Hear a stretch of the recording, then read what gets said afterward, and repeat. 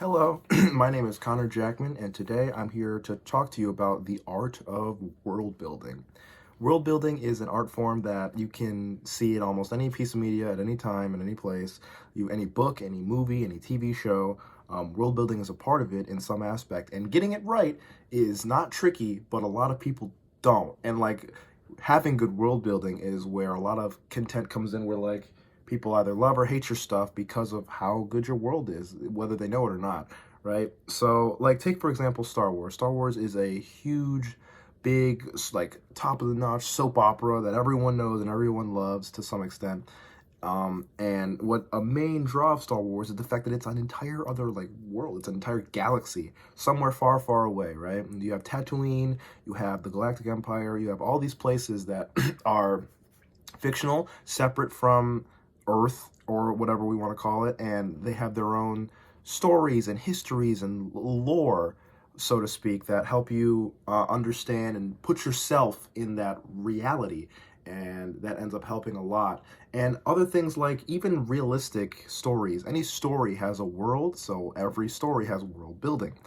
Like realistic stories like Forrest Gump, for example, even though that takes place on Earth, you have world building because Forrest Gump grew up in that small country. He was raised around the people he was raised by.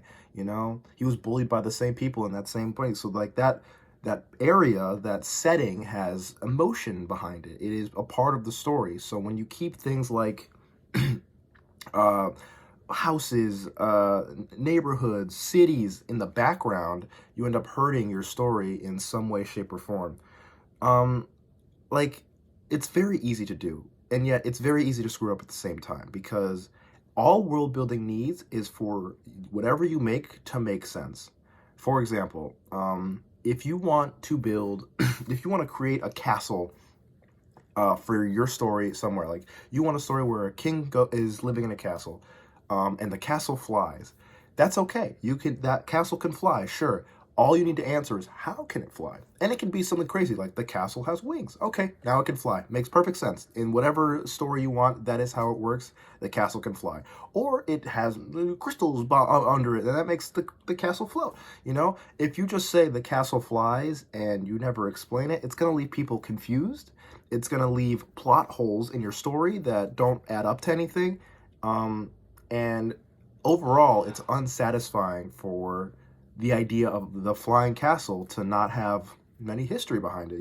It's like intriguing subject. Anything intriguing in your story will not be as intriguing if there's no explanation or answer you can give to your audience of some kind, right? So think of it like this. Whatever. Think of it like a plot. Like that in writing in an English as an English major, you see this bunch. There's a plot web, where you have an idea, and that idea will string to other ideas, and it'll all eventually connect into one big thing. So you have a cohesive story, but sometimes it can struggle and it can break apart. And making sure that your plot web stays together, like the castle flies. Why does the castle fly? It flies because of the crystals. Okay, what are the crystals? You know, and it'll lead you, and then the crystals, you get their explanation there, and it'll lead you on an adventure of your own of discovery where your world will flesh itself out. And by the time you're done, you'll have like a world of some kind, and you can tell a story. And the little things like that, you can tell a story of the flying castle. That is a story of itself, and I think it's very cool.